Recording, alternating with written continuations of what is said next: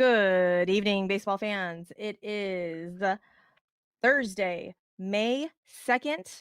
And if you hear just a little bit more pep in my voice, or if you are on the YouTubes and you see a little bit happier Susie, you know why, people. You know why, because guess what? Guess what? We won back-to-back series. It's not the Rockies in Mexico. Cleveland Guardians at home, baby, at home. Before I go on, I'm Susie. That is Tom. This is Bourbon and Baseball, Astros edition. I'm going to give you the rated R warning off the jump because there will be cussing because I'm just so happy and I probably won't be able to contain myself. There will be 4-letter words. If that's not your jam, that's okay. Just get on out of here. Cover the children's ears, whatever. There's lots of Astros content out there that doesn't cuss. This is not the Astros content that does not cuss. And for that, I apologize. But stick around. We are a good time. So with that said, Tom, we fucking won. Back-to-back series. Your Houston Astros have won 4 games in 5 days. That's pretty awesome. We could have swept the Cleveland Guardians. Let's just be really honest. We could have swept the Cleveland Guardians because that game that we unfortunately lost, the one that JV started and went 7 strong innings, and people are going to read the stat line and be like, oh, he what?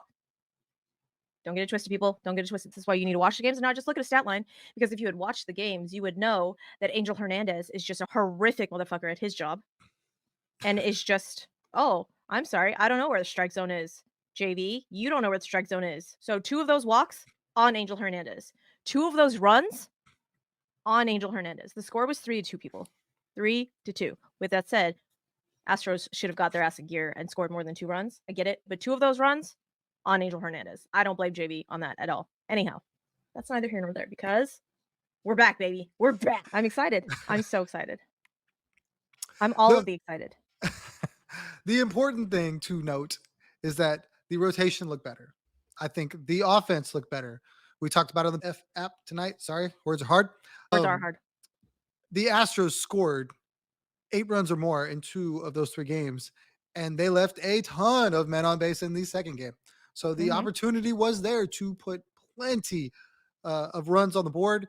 And that was something that the Astros have been lacking as of late. Before they got to Mexico and got in gear, there wasn't a whole lot of offense. And it was like all the offense was coming from 1 or 2 guys. I think in this series, you really saw a well-balanced attack from a bunch of different positions. You saw Altuve, the straw that stirs the drink. Boy, words are hard. You saw Pena continuing his hot start. John Singleton, who's now getting the opportunity to be the first baseman for the foreseeable future, is Absolutely. playing Give that man all of the flowers. All the flowers, chocolate chip cookies, gold stars, ticker tape parade, whatever you would like, John Singleton, whatever you would like. Because through this homestand, he's hit 2 home runs. Just in this tonight's game, he went 2 for 3 with 3 RBIs. The man is now hitting a 275 average with a 787 OPS from your first base position where you hadn't been getting jack shit. We've been saying it. If John Singleton got everyday run at first base, he would be serviceable. At this point, I would say this is just a smidge above serviceable, right? I agree. I'll take it. When you look at what he's able to do, he's playing really good defense as well. I think his WAR number would probably say that he's just a tad bit better than serviceable. And you don't need everyone to be great. This team is very good, and you just need everyone to pull their weight. I don't think first base was asked to do a ton. It was just, look, occasionally we're going to need you to knock a couple guys in. Occasionally we need you to work a walk. We're not asking you to be Kyle Tucker. We're not asking you to be Jose Altuve. We're not asking you to be Yordan Alvarez. Keep the line moving. Like the good version of Yordan Alvarez, not the current version of Yordan Alvarez that went 0 for 5 with 3 Ks tonight. Not that version. Susie, this is a positive podcast tonight. We can't talk about that. I'm kidding. Listen, this is a truthful podcast about the Astros. When we're good, we're good. When we're bad, we're bad. We're gonna tell it to you straight, people. If there are things about this team that are not so great, I'm Alex not gonna. Bregman. Exactly, Chas McCormick. I'm looking at you. I'm not going to shine a turd and tell you that it's a piece of gold. I'm not going to do that. That's not what this podcast is. There are other podcasts out there that will do that. If that's the content that you are looking for, by all means, we're going to give it to you straight. We're going to tell you the good things. We're going to tell you the bad things, but we're going to be here for all of it. And quite honestly, probably more entertaining than anybody else. But that's just me talking. I don't have a high opinion of myself at all. With that said, going 2 for 3 against, would you say in the offseason, no one would say it. No one had the Cleveland Guardians being the best team in the AL, because who had that on their bingo card? If you did, you're a Cleveland Guardians fan. But did Cleveland Guardian fans think that they were going to get off to this trajectory? I guarantee you, once Shane Bieber went down, no shot in hell are Gardos fans going, yeah, we got this, no problem. That's our ace gone for the season. No big deal. We're good. Guarantee you they Right. weren't saying that. Tristan McKenzie pitching through half a UCL. What are we doing over there? I don't even know. The Cleveland Guardians having the best record in the AL, which again, we all had in our. Now, I take that back. Now they're tied with the Baltimore Orioles for the best record in the AL because we just handed them a couple losses. So, hooray for us. We are on the come up, people. All of those national podcasts out there that were pushing the panic button, saying that their panic level was at a 6, was at a 7, was at an 8. I don't know. I don't know if the Astros can get out of it. Calm your asses down. Exactly. People, we dug ourselves a tiny little hole, but just a toe is in the hole. Just a toe, not the whole foot, not half of our body, just like the toe. We're going to get there. We are now tied because we like to give you the standings. I like to give you the standings. Tom hates it, but this is my Absolutely. podcast and I'm going to do what the fuck I want. So I'm going to tell you that we are now tied with the Angels. We are no longer in last place. However, we need to go a little bit further to catch the Oakland Athletics. I love saying that, though. I honestly do love it just because, again, who had the Oakland Athletics? Not me. Not me. If anybody projected that Mason Miller and Lucas Erceg were going to be the back end killers, If you get to them, it's over. give me the lotto numbers. But listen, people, we know it looked dire. It did. But everything is going to even out. Water finds its level. All of the baseball cliches, it's going to happen. And I dare say that maybe not half of our issues, I'd say maybe like 37% of the Houston Astros issues are unlucky, just sons of bitches. The fact that we had 8 of the hardest hit balls just straight into people, literally just, they didn't even have to move, just had to put a fucking glove up. Why? How is that? What devil magic do you possess that you just magically know where Jordan's balls are going to be? Straight in their faces sometimes. Is that the Astros have been incredibly unlucky to start the season, whether it be hard hit balls right at people, soft contact to places that baseballs never go, the bullpen, which we thought was going to be a pillar of strength, blowing 6 saves to start this season. All of these things are not normal. All of these things are due for positive regression. We're starting to see that. The Astros are starting to come back to the division, and the division didn't go anywhere. So now, with another couple series in the right direction, be right there staring Texas and Seattle right in the face, going, bro, we're right here. It's going to happen. We love it. Shout out to Spencer Arrighetti. The starts have just gotten better and better, sir. And the fact that you are a self-proclaimed baseball nerd that is going to go and look at the things that you can improve upon, I have no doubt. I have no doubt that he is going to stick in this rotation because he is going to get that memo of, I do want to strike everybody out. That is going to be my mindset, but I am going to realize that it's probably not going to happen all the time. And maybe I will take a ground out. Maybe I will take a line out instead of trying to strike out the world and using 7, 8, 9 pitches. I think he's going to get there. And I do think when everybody comes back, if Spencer Arrighetti stays in the rotation, I think Hunter Brown goes to the bullpen. So, since you brought it up, we talked about it on the app tonight as well. You have 3 guys, and this is, for me, this is also a regression thing too, right? You have 3 guys that probably aren't starting if everyone's healthy, in Hunter Brown, Spencer Arrighetti, and JP France. With the emergence of Ronel Blanco, there's a very good chance that none of them will start when everybody comes back. You got Luis Garcia, that's McCullers, Jose Urquidy. One of those 3 guys will be fighting along those other 3 guys for one spot. Because when you look at the rotation as it should be constructed, provided that CJ comes back with no issues, it will be Justin Verlander, Framber Valdez, Christian Javier, Ronel Blanco, and question mark. So if I told you that of those three guys, Hunter, JP, and Spencer, none of them won a ball game and pitched the entire month of April, and then in another month, none of them are starting, and you got these guys replacing them that were very good when they're healthy. It's just more and more positive regression, more and more things going in the right direction. Oh, by the way, the offense scored 8 runs, and 2, 3, and 4 were 0 for today. Oh, yeah, Kyle Tucker was. I was like, "Wait a 0 minute." for 3. Yeah, yeah. But last night's game hit the home run.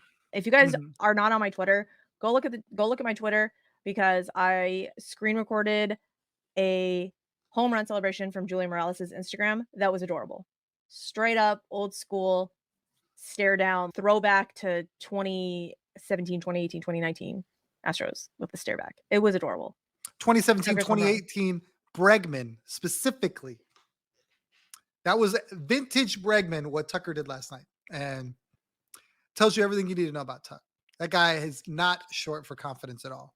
And He's for, feeling. He's for feeling. people that are like, he's mild mannered, he doesn't say much, he doesn't really show much. Dude, you listen to him talk, and I think they did a mic'd up with him, and it's just so far from the truth. So we get it, guys. We get it. There's going to be some bumps along the way. There are going to be some bumps. It's been a rough start. Okay, probably a little bit rougher than we like, people. Okay, just saying. It's gonna get better. It's gonna get better, and the baseball gods have cured me. They said we don't like that cocky bitch. We don't like Susie when she's a cocky bitch. So I'm not gonna be that cocky bitch. I'm just going to say that I'm very proud of this team, and I have all the faith in the world in this team. That the ship will be righted, and for all of those calling for Joe Espada's head, I need you to stop it. Just fucking stop it right now. What are we doing? Guys, I will say be this, happy. though. Be happy. I need Joe Espada to manage more like a manager and less like a bench coach. Oh, I will give them that. Yes. Yeah. Because I need him to get tossed out of a game legitly. I don't need him to go politely ask. I need him to go kick dirt. I need him to point, spit, and scream at somebody because I need arm gestures, fuels people. that fuels Susie, that fuels players, that fuels fan bases. I think if he wants to get the most out of his guys, he's going to have to go to war for them the way he wants them to go to war for him. And tonight there was some questionable strike calls. The Angel Hernandez game, there was some questionable strike calls. And I'm like, That look, pitch timer violation, yep, that yep. pitch timer violation would have been the perfect opportunity for Joe Espada to come out of the dugout and yell. Because for all intents and purposes, and I still don't think that we've gotten an actual explanation of that. If you guys didn't watch this third game of the series, Spencer Arrighetti got a pitch timer violation called on him when there were 12 seconds left. I don't know about you, but I'm pretty sure that he gets to 0. That them's the rules. And he doesn't And even have to throw the pitch at 0. He just has to start the motion at 0. So once he so, goes into his windup, he's still got whatever that takes to yeah, get it to the home plate. Josh Naylor had called time, and I believe that Spencer Arrighetti still thought that we were in the timeout thing that Josh Naylor, because Josh Naylor wasn't fully in the box yet and wasn't ready and set. So I legitimately do not understand why this pitch timer violation happened. So if we get any clarity on this in between now and the next time we record, I will maybe put it up on my Twitter or whatever, or we will address it in the next episode. But that would have been the perfect opportunity for Joe Espada to come firing out of the dugout, asking for an explanation. Because you saw it a little bit on the broadcast, but he's behind the net and he's just, wait, what? What happened? And then they showed him afterwards during the break doing the whole like covering his mouth thing and talking cordially, politely. Now, there was no harm done essentially because Josh Naylor ended up flying out, and then the next batter got out as well. But that's still like 6 extra pitches that Spencer Arrighetti didn't need to throw. And for So a young pitcher, it's traffic and potential for the inning to spiral. We've seen it, different guys all season long, just needing to get that one out to get out of the way. And this is a 3-2 count. It could have went the other way easily. And he makes one pitch, gets out of the inning. So for Joe Espada, for me, I need that guy. And I know this is his rookie year too, and you got to expect him to grow into that role, but he was bench coach for a long time. He should be willing to go and stick his nose in there and go to war when he feels like his guys are getting wronged. And I think the Astros have embraced the whole heel mentality, and they're like, we'll quietly just be the bad guy and just take it. But I want to see him throw at guys when the Astros get hit 2 or 3 times like they did tonight. I want to see him go, look, you already don't like us. Let's just go ahead and embrace that, and let's just fire back. So I really want that for the team, for this fan base, for the guys in the clubhouse. I think that would be instrumental. Absolutely. So we go into the next series with the Mariners, and that will be George Kirby versus Ronel Blanco. I need you to know, if you guys have not been keeping up with all of the Mariners baseball content, Mariners didn't start off great. Luis Castillo, George Kirby, Logan Gilbert, their first couple of starts were very shaky, very unlike themselves, but they have currently turned it around. And I think have the second lowest starting pitcher ERA in the AL, maybe in the entire league. Let me double check that. Hey, guess what? Second lowest with a 2.96 ERA. Boston Red Sox, because everybody had the Boston Red Sox with the lowest pitching ERA, right? I'm sorry, Craig Breslow, Andrew Bailey, Kyle Bodie. Very sorry. Did not have any faith in the Boston Red Sox. Baseball's a weird game, man. Everything can line up on paper. San Diego Padres. And then for whatever reason, a team like the Red Sox will figure it out where you can't. Like sometimes what is the saying? The sum is greater than its parts. And maybe that's what the Red Sox are. The first 6 teams in the overall league are all AL teams that have the lowest ERA. The first NL team is the Philadelphia Phillies at number 6. It's Red Sox, Mariners, Yankees, Tigers, Royals, Guardians. Now, if you guys had listened to Bourbon and Baseball, All the Balls edition, you guys would have heard us, Kelsey and I, talk about the Kansas City Royals and how good they've been. So that shouldn't come to any surprise. However, the Red Sox and the Tigers, for sure. Also the Cleveland Guardians. I don't understand how the Cleveland Guardians are doing this without Shane Bieber and Tristan McKenzie without a UCL. They were a lot higher before they came to Houston, though. They definitely stacked up some runs against the Guardians this series. This is true. Tom, do you know which team has the highest slug? Slug? Overall slug? Mm-hmm. In the MLB or the AL? In the MLB. I want to say a team like Baltimore. That's what I want to say. You would be semi-correct. They are tied with the Los Angeles Dodgers, the 440 slug. I could see that. Followed by the Atlanta Braves at 429, the Milwaukee Brewers at 423, and guess who is 5th? 417. Ooh, tied with the Red Sox at 417. That's literally Tyler O'Neill. Tyler O'Neill by himself is just carrying the Red Sox on his back, getting that slug number up. But that's so OPS plus, Dodgers, Brewers, Orioles, Braves, Astros, and the Braves only beat us by 116 to 115. You want a slug number that'll make you sick? In the good way or bad way? In the bad way. I mean, it should be a good way because I believe the Astros are overcoming it right now. Much has been made about Jose Abreu, how bad he's been. Rightfully, they sent him to West Palm Beach. They're going to figure it out. You know what guy I've been banging the drum about because not enough is being said, not enough has been done? Alex Bregman. Alexander Bregman. I want to point out Alex Bregman's slug this year versus Martin Maldonado's slug last year. Alex Bregman's slug this year is 275. What if I told you Maldi, his slug last year, 348. He also had an higher OPS. Last year, Maldi versus this year, Bregman. Maldi was batting 191.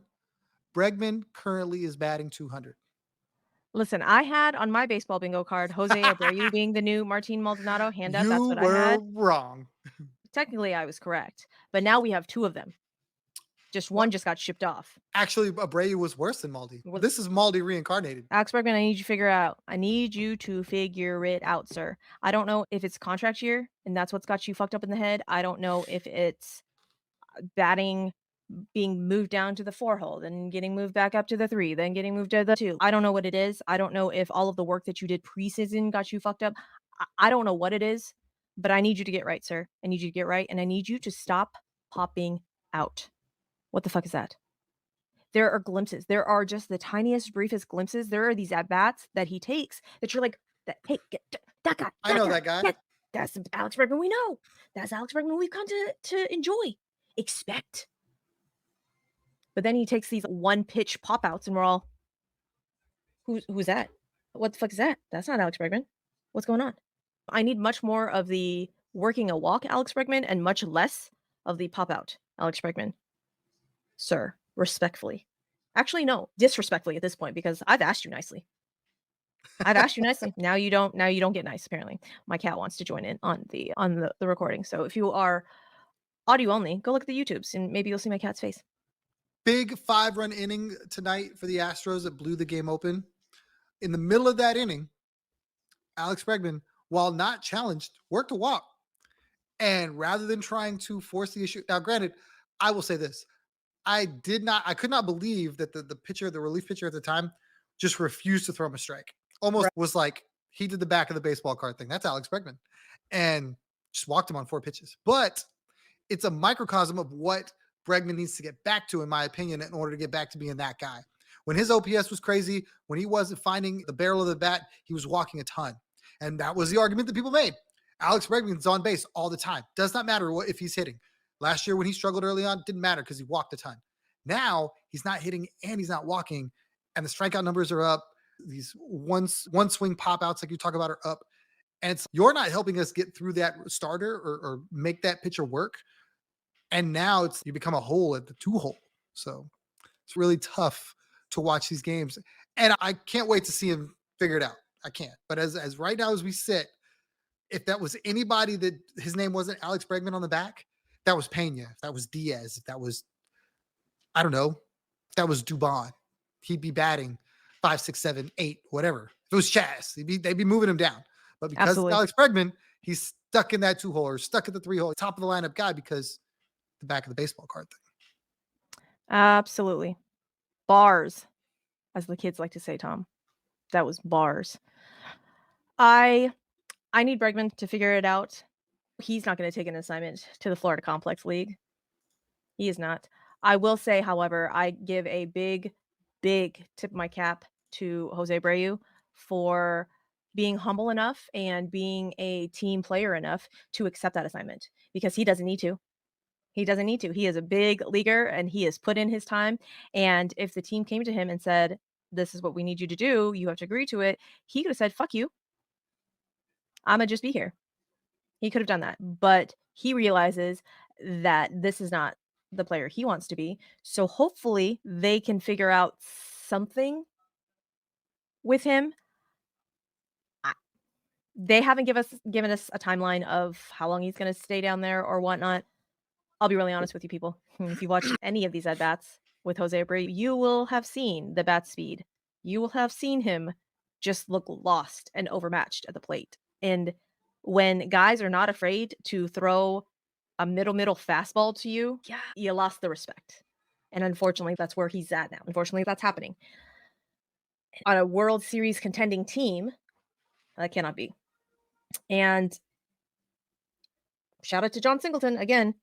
Because like we said, if John Singleton could get everyday run at that position, he would be that serviceable player. And for the time being, I think John Singleton has said, it's my job. You've now got to try and take from me. On that note, oh, sorry, go ahead. On that note, as much as I'm critical of Alex Bregman and what he's doing on the diamond, they asked him about the Jose Abreu thing off the diamond, and he gushed. He was like, this is one of the best teammates I've ever had in my life.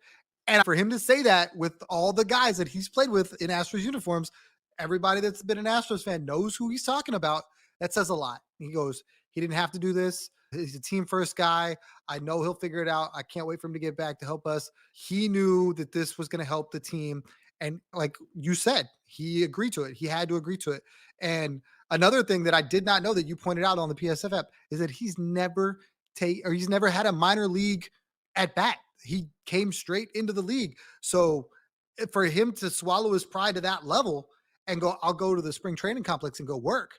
You got a problem with that guy after that, and you're just a bitter person. I Yeah. don't know. Like it's an ultimate humbling experience to go, no, I'll start all the way at the bottom and start over. And Mhm. I think that earns a little bit of respect. Absolutely. And uh, for those that wanted to tie Jose Abreu to a rocket and shoot him to the moon, we get it. We get it. We understand. Big black hole. Got it. This should silence the haters, essentially. Because again, he did not need to do this. He did not need to. Like, it would have been a splinter in that clubhouse because unfortunately Espada would probably still feel some sort of need to play him. Not A a la requirement. Dusty with Yuli. Yep. And it would have just drug this team down even further. And all of the flowers to Jose Abreu, all of them. So Trey Cabbage has come back up.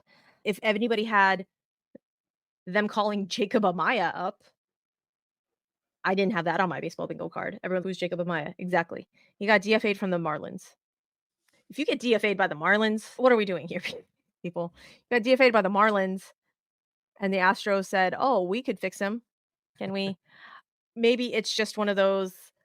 Uh, he is a warm body that we can put out there, and we don't feel bad riding the bench type things. I don't know. Chaz is on the IL, quote unquote, for a sore hamstring. I personally think this is like a shadow IL to get him right. Give Joey Loperfido some time in the outfield to get his feet wet without having to sacrifice any options. Greg Kessinger also on the IL for a sore shoulder because cheering very hard in the dugout it's hard on them joints. It's very he didn't warm up properly and just tried to do one of those like high fives to Jordan where they like lock arms and it didn't work apparently. It didn't. I think honestly they went to Greg Kessinger was like your shoulder hurts, right? Gray? Like your shoulder hurts? Like we don't have to use one of your options to send you down. Your shoulder hurts. Oh, yeah, yeah, yeah. No, my shoulder definitely hurts. Slept on it wrong. Which will people? Greg Kessinger obviously not getting a ton of at bats, so it's not anything earth shattering over here. But Mauricio Dubon is the personal center fielder, and with as hot as his bat is, he can't be sat. He can't be sat. Can't be sat. Jake Myers' helmet stayed on while he ran to third base and got a triple. I know that's important to some people. It's not important to Tom. Tom doesn't give a fuck about Jake Myers' helmet. If his helmet never stays on his head once he starts running ever again, I won't care. He needs to protect him while he's in the box. That's about it. I'm just saying. Did you see Pete Crow Armstrong catch his helmet? Mm-hmm. Slid and then kicked it and it landed on his head. Yeah. No, it didn't land back on his head. He caught it in his hand. He overran second, kept the helmet on second base, and they called him safe because the helmet was an extension of him. No Oh part of his yeah. body was touching the base, just the helmet. And they called him safe. I saw I didn't somebody realize that slide that was into a thing. second where the helmet fell off and he kicked it with the back of his heel and it landed on his head, face the other way. No, Pete Crow Armstrong, like, was running, caught his helmet, overran second, and then his helmet stayed on second base, and they tagged him. But since his helmet, like he was holding onto his helmet, and the helmet was on second base, and the helmet was an extension, and I didn't realize that the helmet could be an extension of your body. I thought they were going to call him out. They did not, though. Sounds like them oven mitts. They need to like make like extra long ones. Just saying, those everybody needs an extra 3 inches. Just that's what needs to happen. Okay, Mariners series. What did I say? George Kirby versus Ronel Blanco, right? Fromber versus Logan Gilbert. And then Bryce Miller versus Hunter Brown. CJ is going out on a minor league rehab assignment. So it sounds like we will get him back hopefully next week. Not a moment too soon though, because where is the schedule? Hopefully he's in Yankee Stadium because we Ooh, know I he would can love pitch that. there. Would love that. Yeah. So day off Monday, and then we go into a stretch of 2.5 weeks without another day off. Do you think they'll stick? I know we'll probably go to a 6-man rotation here. Do you think we'll stick with the 6-man rotation the entire season? I don't know. I know JV doesn't like it. He likes to stay on his normal schedule. The extra day doesn't necessarily help him. I guess they feel like it would. And I Yeah, but know, 41-year-old JV may have different feelings than 40-year-old JV. I don't know. That's going to be the question, right? Because clearly they'll have the arms to do it if they want to. It won't be a question of whether or not they have enough starters.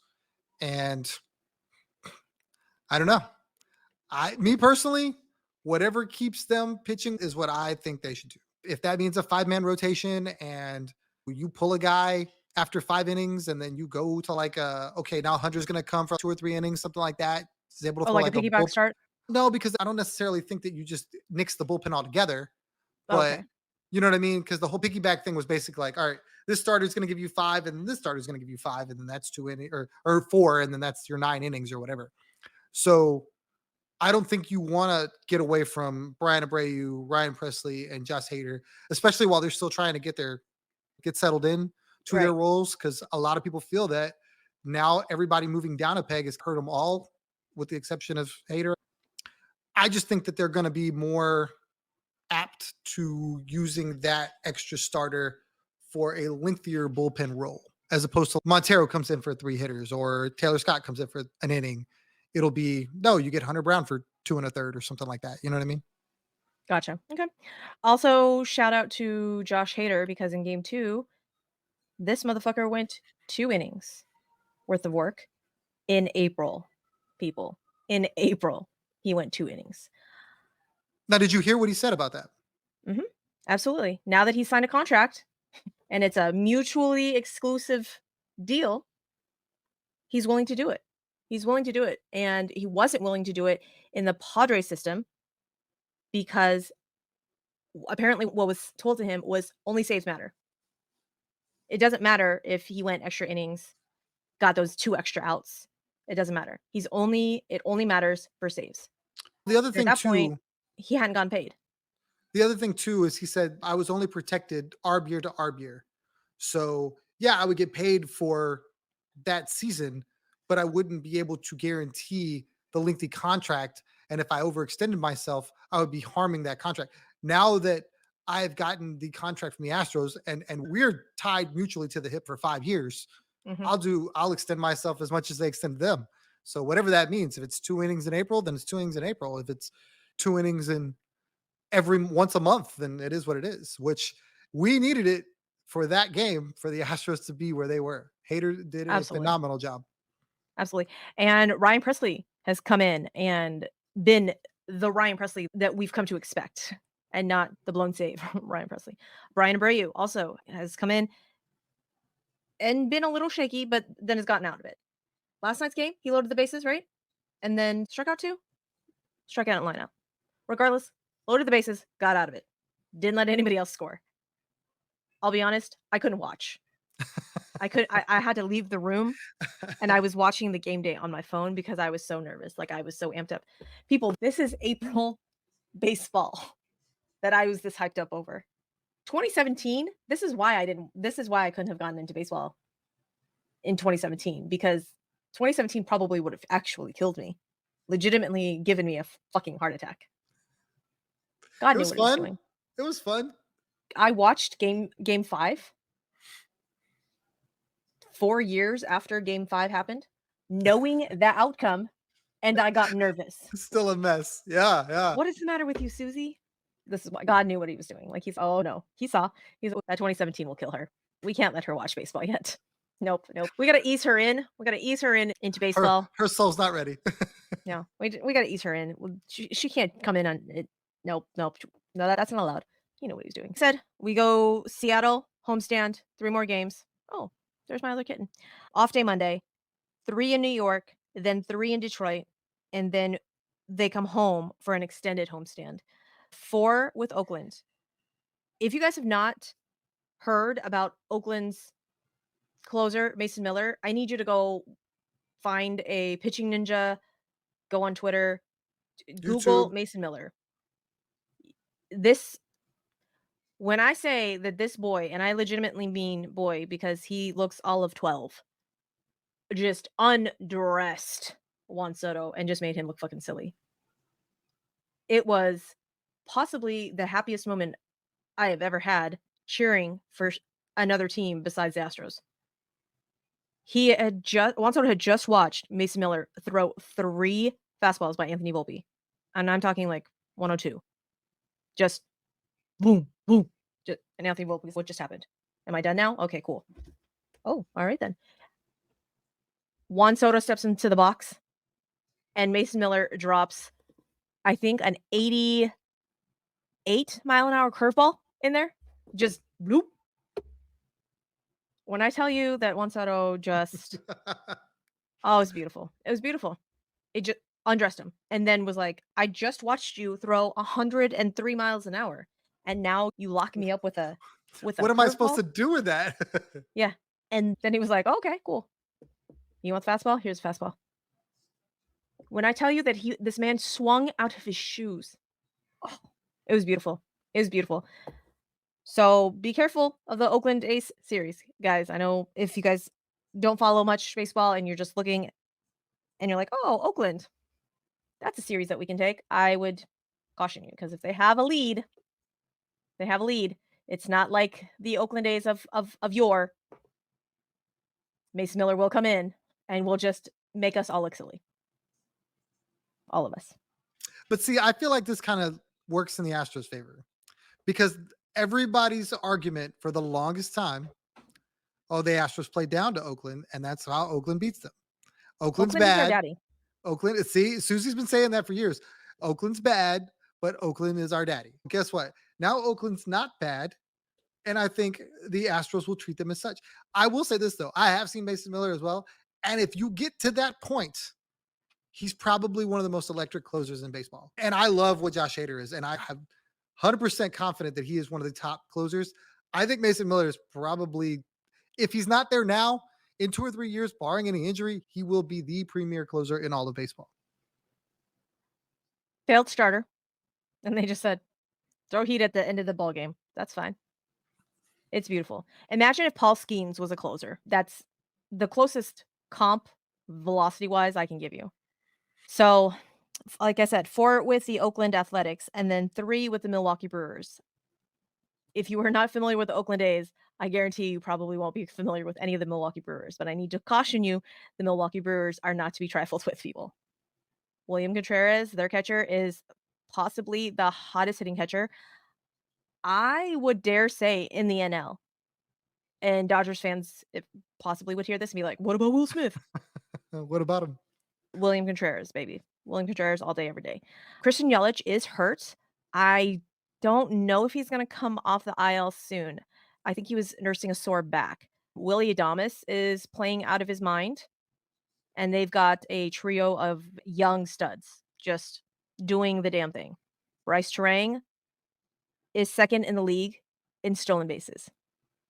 And they're like, "Who's Bryce Terang?" Exactly. Because you imagine, Ellie, if I say, hey, Ellie De La Cruz leads the league in stolen bases, savvy baseball fans that know other leagues would be like, oh yeah, I've heard of Ellie De La Cruz. Nobody in their right mind is talking about Bryce Terang. They're like, I don't even know who that is. Bryce Terang is going to run on you and is going to steal all the bags. So their pitching rotation as well has gotten decimated too. And I don't know if we will see Freddie Peralta because Freddie Peralta got suspended for a couple of games for supposedly throwing at Astro legend Jose Siri from the Rays. Now, that will be interesting. I will look into that and see if it's actually concurrent days that he is suspended or if it's like actual starts. I think it Do you know? starts. Is I it think I starts? think Okay. with a pitcher, that's how it works. Otherwise, it wouldn't matter because you would miss a start. Okay, that's So what I was thinking, but I was yeah. like, So maybe. then they do 10 days because you miss 2 starts. So I will look into that, and next episode we'll let you know. But yeah, their rotation is not any names that you will recognize. Jacob Junis is on the IL. Brandon Woodruff is on the IL. I think they signed Colin Ray this season. Colin Ray has been doing things for them, but it's just a bunch of like random people. They don't even have Devin Williams, their airbender. He's out for the So season, right? he's not out for the season, but he has a hairline fracture vertebrae or something like that. And so they had said he was like on the 15-day IL, and well, I feel like that would be That doesn't sound right. more. That's your back, sir. That's your spine. Let's not fuck with that. But I'm not a doctor. I don't know. Then 3 with the Angels. Unfortunately, Anthony Rendon is down with a severed hamstring. I don't know. That guy just needs to quit. Like, We didn't expect. That's the sad thing, though. He was doing things. He was doing things, and having that glimpse of 2019 Anthony Rendon. And unfortunately, Mike Trout is out. He needs meniscus surgery on his knee. That's very sad. But they've got some young kids doing some things. Joe Adell is hitting the ball hard, making some base running mistakes, but we know about base running mistakes. We don't cast stones. we synced him. So hopefully we can come out of the little funk that we are in. Like we said in the last episode that we recorded, we would love to win the series, both of these series. But if we had to choose a series to win, we would love to take the Mariners series, obviously, because it's in our division, right? So we took Cleveland, check that box. Let's get through Seattle. Seattle's pitching, they're literally hanging on by a thread with their pitching guys because their offense is anemic. We're winning games like 2-1, people. 2-1. They're all of the quote unquote counting stats and all of that fun stuff. The Mariners are down there, like not anywhere near the top. Let's see. The Mariners for batting average is 4th from the bottom with a 219. Down there with the Cincinnati Reds, Chicago White Sox, and Oakland Athletics. Damn. On base percentage, Mariners are 4th from the bottom with a 297 OBP. Down there with the Miami Marlins, Oakland Athletics, and Chicago White Sox. Slug, the Mariners are If you got to keep scrolling, that's probably a good thing. National Tigers. Mariners are 5th from the bottom with a 352 slug compared to the 417 slug of the Astros. Mariners are 6th from the bottom with a 649. When I tell you guys it's anemic, the offense is anemic. If we can get through the pitching, we will win the games, guys. We will win the games because it's not going to be on the backs of their offense. 108 RBIs tied with the Tampa Bay Rays, which is 5th from the bottom. Down there with the Blue Jays, Cardinals, Athletics, and White Sox. Do you know what team leads the league in strikeouts? It's not the Astros. It is not the Astros. Yeah, it's not the Astros. I feel like I had this answer the other day, and it didn't matter because they were like hitting. They were like really good. Is it the Yankees? It is not the Yankees. Oh, It is the team that got rid of players because they were trying to cut down on strikeouts. I can't. I It feel like is it's. the Seattle Mariners Oh yeah, with 323 strikeouts. love that for And us. that leads the league because the second highest is the Oakland Athletics with 309. So they are leading the league by a nice margin here compared to the Houston Astros with 194. So it's literally the two teams with the complete opposite end of the spectrum. And watch these games be like 2-1, 1-0. I hope not. I hope the Astros keep scoring. I don't know where love it. Seattle's going to get their offense.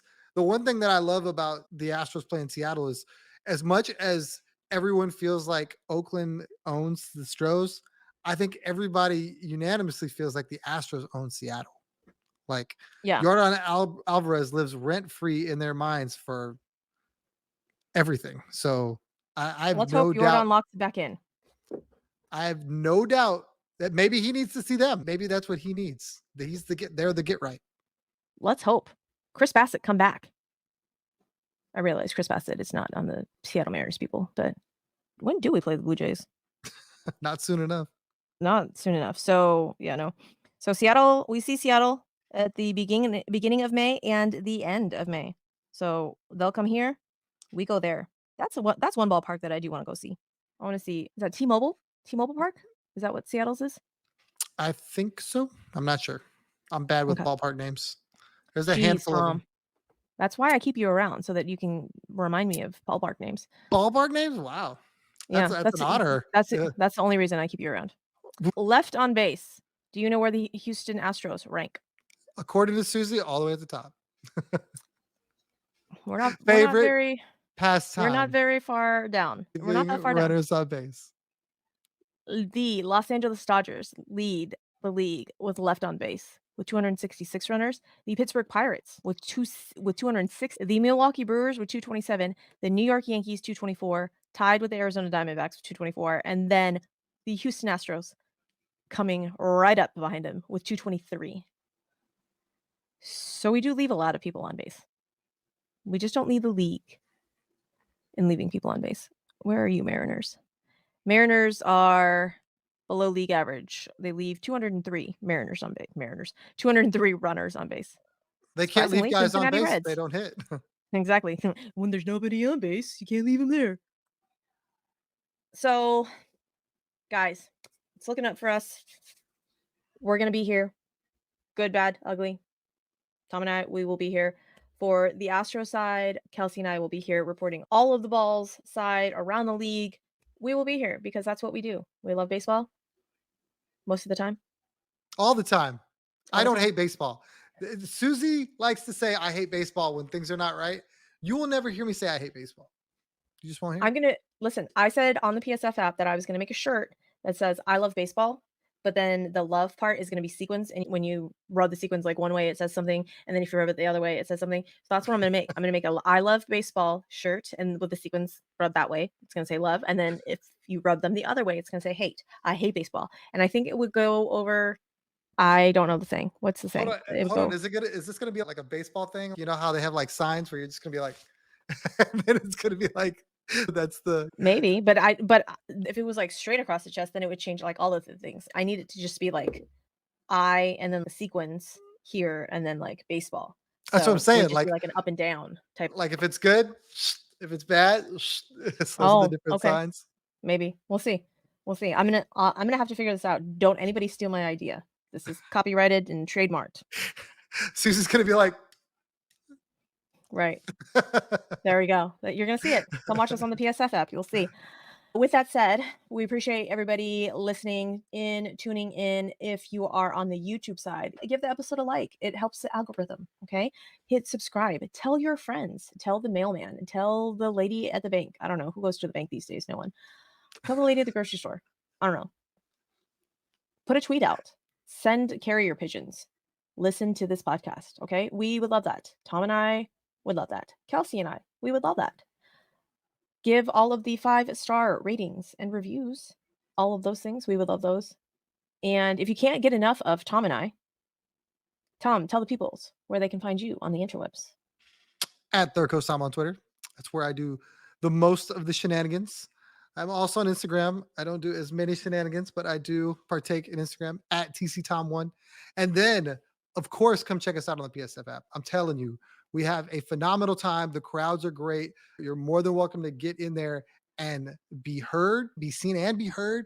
Just be in a chat box, totally up to you. But we are going to yell, scream, cuss, all the things right along with you. It's the best place to watch a game if you're not in the ballpark.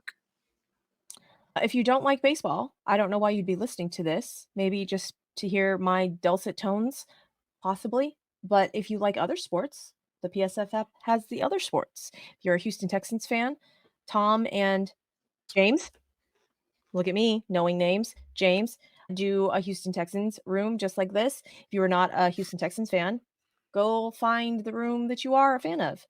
There's a I said that I would be a Dallas Cowboys fan just to go and be a fan in this room because there is a Dallas Cowboys chat room called She Wants the D.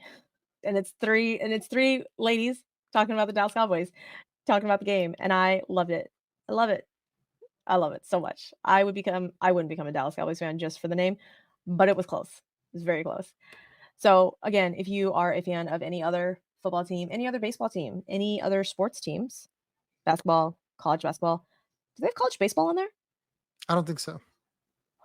They're missing out on that. But that's a lot of games too, though. Mm. Regardless, there's all of those sports rooms over there.